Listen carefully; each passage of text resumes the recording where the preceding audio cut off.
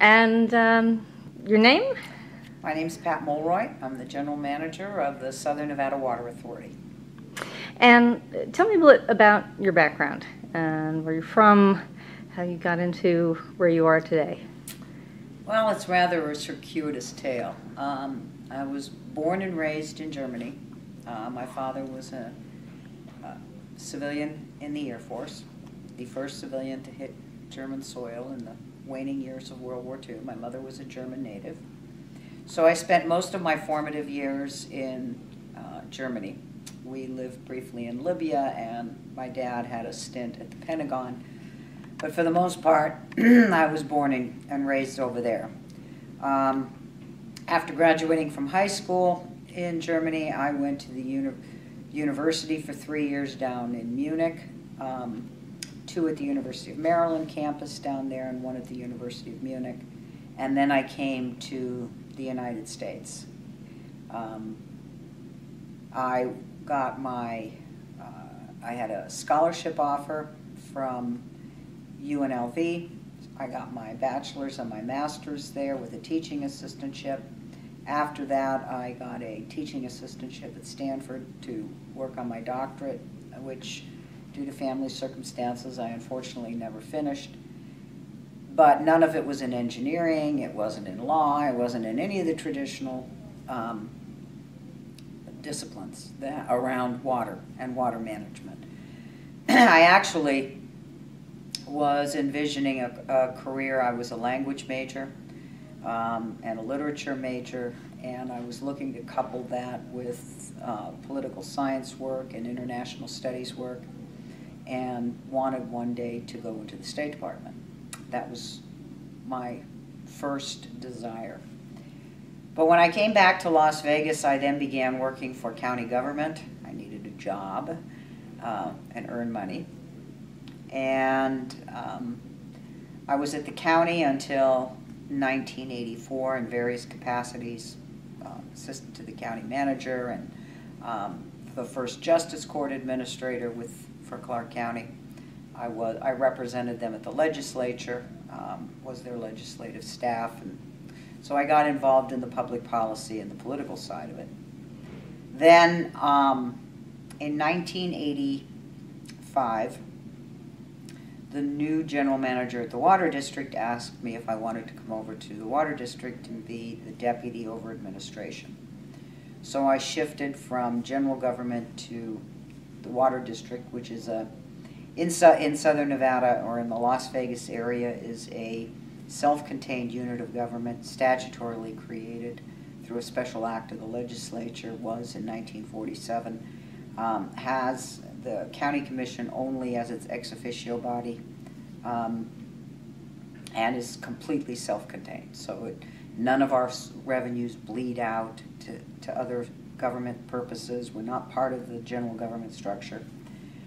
And when my predecessor left in 1989, it was right at the time when Southern Nevada was exploding population-wise, and we were experiencing dramatic increases in water use, and everybody was getting very edgy, and everybody was jumping down each other's throat, and I was asked to take his place when he left. And so from that, we then were able to form the Water Authority, because we all recognized that the whole was greater than the sum of the parts, and that our future was inextricably linked with one another. And so the authority was created. And when the authority was created, in order to save money and really make sure that this alliance that took us 2 years and some real relationship building to form didn't fall apart, I was asked to also be the general manager of the Water Authority. So I report to 2 boards. I report to the Water District, and I report to the Water Authority Board. Very different responsibilities, very different boards, but at the end of the day, it's all the same water customer in Southern Nevada. Right. So your background with policy and language and communications, I mean, just watching you speak all this morning or all this afternoon, obviously a very different communication style from a lot of the folks out of the water sector and being able to connect with people. Well, it allows me also to look at it differently. Yeah. You know, if you're born and raised in the West, a lot of the Western myth has become ingrained in your personality, and it's as if you have to believe Mark Twain's words that whiskey's for drinking and water is for fighting. And I'm more solution oriented. I try really hard to understand where someone else is coming from. And it allows me a level of detachment, even though I love my community and I love Southern Nevada, but I'm not as emotionally vested as some other people would be. Now, you're also currently the president of AMWA, of the American, well, I'll let you explain what that is. The Association of Metropolitan Water Agency represents all the municipal providers in the United States, from big cities to small cities. And we have every major metropolitan area as a member. And our job is to represent the members vis-a-vis the federal government and the federal agencies. Obviously, right up front is EPA, the Environmental Protection Agency. And what I have found has been so valuable about AMWA is it really allows you to have meaningful discussions with your peers from around the country. And AMWA now has branched out internationally. We have joined an organization called WSmart, which was born in Europe, which has a lot of European and Israeli utilities in it. And we are very close to our Australian partners. There is a sister organization very much like AMWA in Australia. And I'm a big believer that there's a lot that can be learned from interfacing with people who have similar experiences, maybe came at the problem differently. And that conversation and that information sharing and help that we provide one another in problem solving is really fabulous. Of the major water utilities in the U.S., how many have women general managers? Well, there's myself, there's Maureen Stapleton in San Diego. Detroit just hired a female manager. Seattle had one for a while. I think there's a couple more, but there aren't a lot of us. New Orleans has a woman, but there aren't a lot of women in this business. Are you the first? I was definitely the first in the Colorado River community and the first in Southern Nevada. Yeah. And it was quite the culture shock. What was that like? As a woman? Yeah.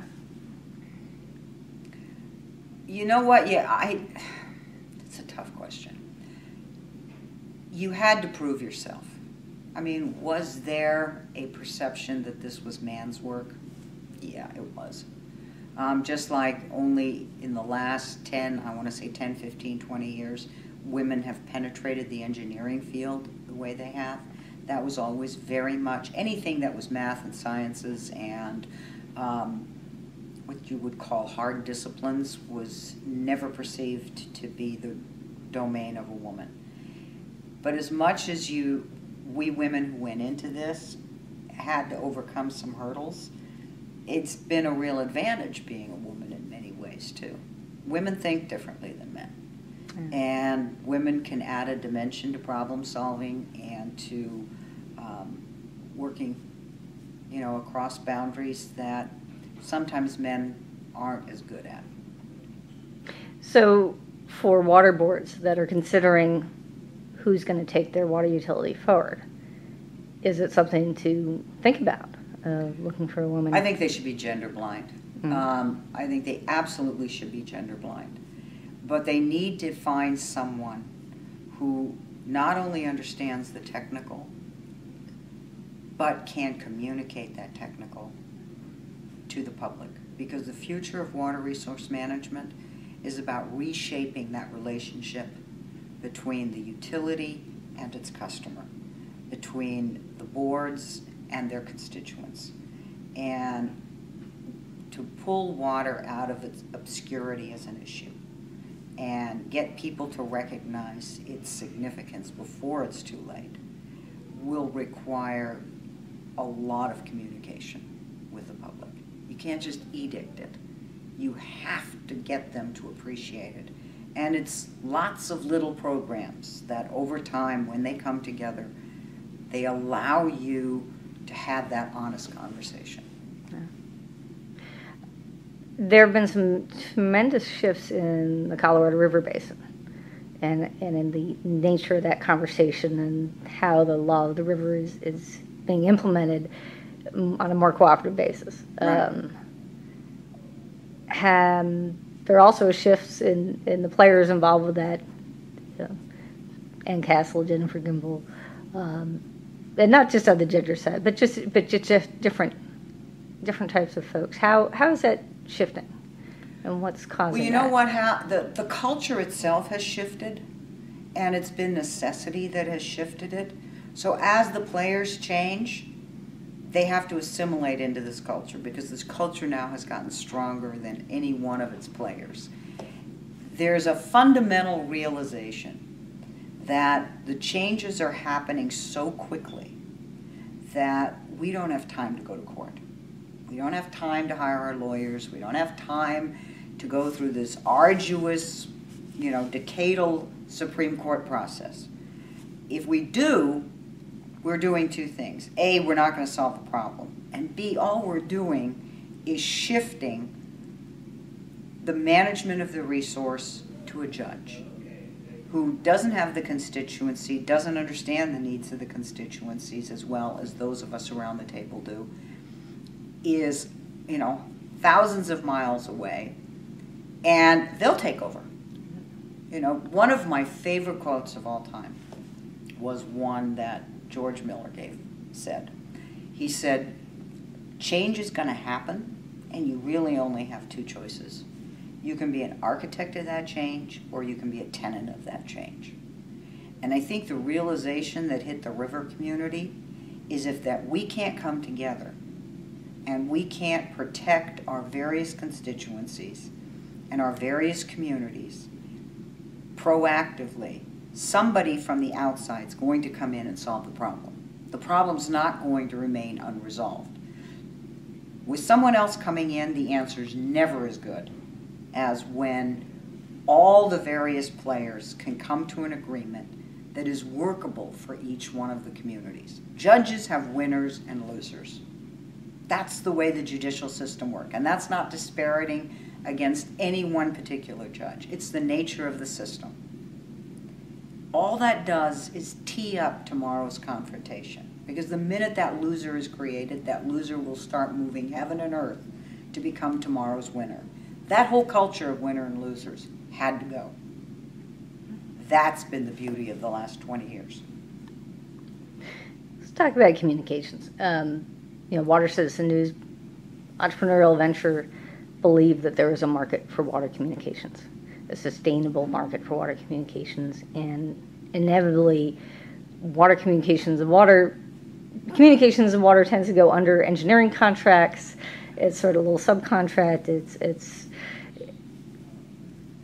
what is the way to communicate the value of communications, and actually the monetary value associated with communications, in conjunction with engineering, and not necessarily having your engineers responsible for all your communications? Well, you really have had to have had your blinders on, especially in the last 50 years, to not realize that the best designed project, the most efficient, the least expensive, will crater if it doesn't have public acceptability. You can't go through an environmental impact statement process, an environmental assessment, without communicating to various different publics the public is demanding more transparency, not less. But they need it in a language they understand. You know, to stand up there and read them a series of formulas or give it to them in excruciating technical terms, they don't understand. How are you going to get their support? Without their support, you can't raise rates. Without their support, you can't get the political will to embark in an effective conservation program. Everything stops. It's the foundation. And those communicators are the key to being able to build the projects, make the shifts, bring conservation to life in communities. Without that, in order to have an effective conservation campaign, people need to understand why they need to do it, how they need to do it, and where is the help that they can get in doing it. Without those tools, they just stand there and go, okay, so what do you want me to do? So you're here in Milwaukee. Yes. We talked in Las Vegas, and tell us a little bit about the Water Smart Innovations and this concept of water is local. Why travel in Milwaukee? Why travel around the world talking about water when you're here, when you're leading water in Las Vegas? Yeah, I've pushed back a little. A lot of people always say water is local, and I say, wait a minute. There is a triangle: water, food, energy. Water is local if all your food is grown locally. Whether it's beef, whether it's fish, whether it's chicken, whether it's agricultural products, unless everything is grown locally, water is not local. If your energy is all produced locally within your community, then your water is local. We have a global economy where food is shipped around the world and where the world is dependent on agricultural production, be it from the United States, be it from Australia, be it from Europe. When it falls apart, it causes hunger in another part of the world. So it's not people have a hard time seeing that it is part of an intricate web of the global economy. And the reason for that is they don't understand how critically important water is to all economic endeavors. You can't have a vibrant economy. You can't have economic growth. You can't have economic recovery without a reliable, sustainable water supply. It all falls apart. So it's local in some ways, but it is very global in many other ways. Do we need to be thinking about water as a security issue? Absolutely. And if you talk to people within the national security community, they see it as one of the threats to national security. Because if the lack of water creates hunger, hunger creates unrest, political unrest. That political unrest in this day and age has fallout around the world and makes the world a less stable place. It's not just oil, it's also water. You've been a leader on understanding the connection of climate change for water utilities. Tell us a little bit about that. There were, back in, I think it was 2006 or 2007, my dear friend from San Francisco brought 7 large utilities from across the country together. We're very diverse, we're very different, we weren't all Westerners, who had recognized that our climate was changing so quickly that it was going to force us to adapt in a major way long before any mitigation was going to start muting the effect of climate change. That adaptation was going to come first. And so we took it upon ourselves to begin walking the halls of Congress and in meetings with various congressional constituencies had briefings on where we see the problems. We see the oceans rising, which will threaten infrastructure, whether it's the dikes in California or whether it's facilities, water or wastewater facilities that are built too close to the ocean. Droughts and floods. Droughts will have, obviously, water quantity impacts, and floods will have water quality impacts. And it will require a significant amount of infrastructure built in a different way, thought through differently, but it's going to have to be built in order for the cities to survive. And getting the body politic to recognize, can we stop this religious war about, is it real, is it not real? Can we talk about how we're going to adapt? Because while we're arguing about whether it's real or not, things just keep happening. And, you know, dramatic weather patterns keep emerging. And we've got to react. We're much better off seeing what we can do with the science community, working very closely with the science community to get them to be able to downscale those computer models in a much more effective way to where they're more useful to utility managers on the ground. It is our children's reality that the climate we all grew up with is not the climate they're going to have. We have to expect the extreme, and we have to anticipate the unexpected. And having the tools there to be able to do that is going to be critically important. Okay.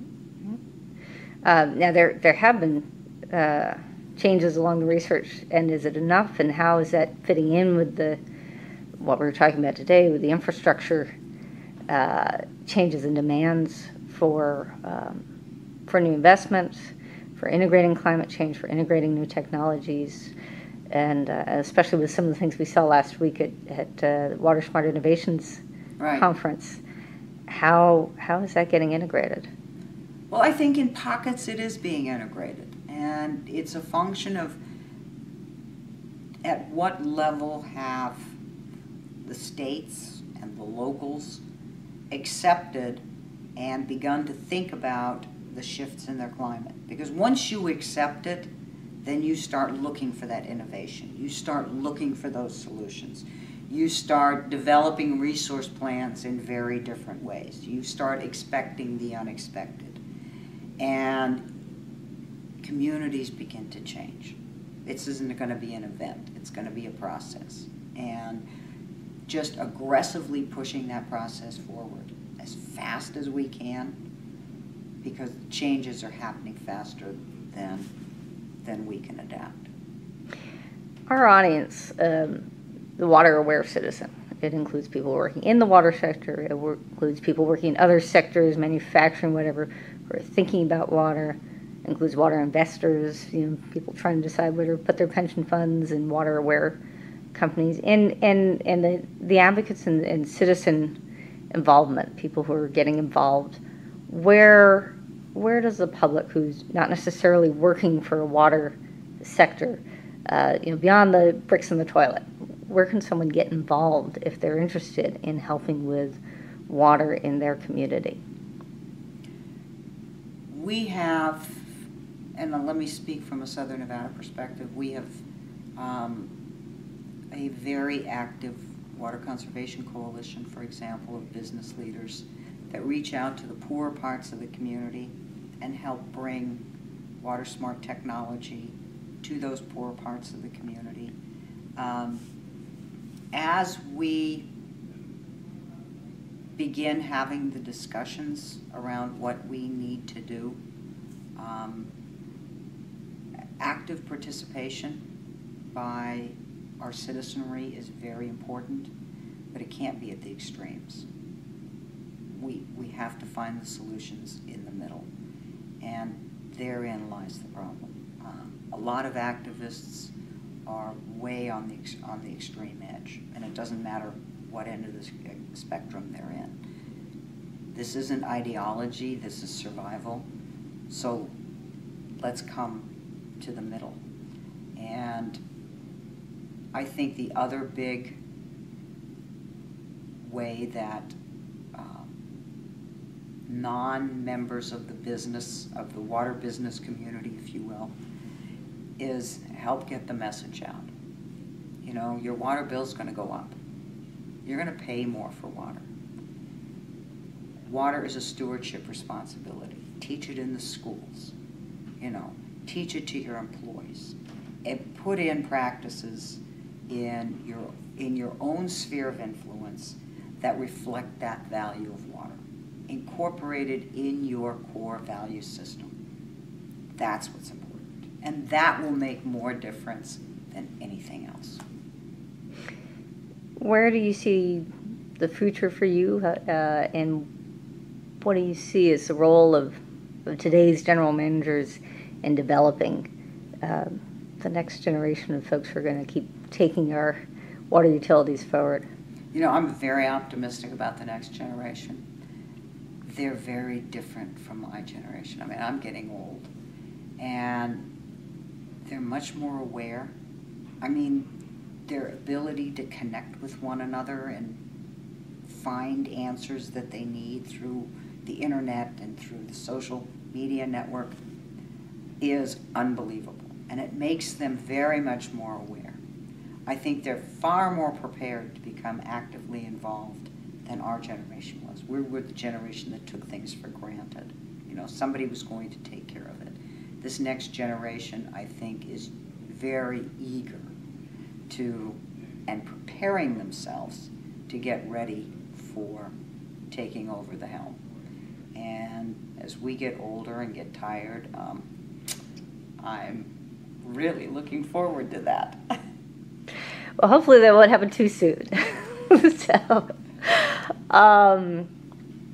is there anything else that you can think of that you'd like to say to the water citizen?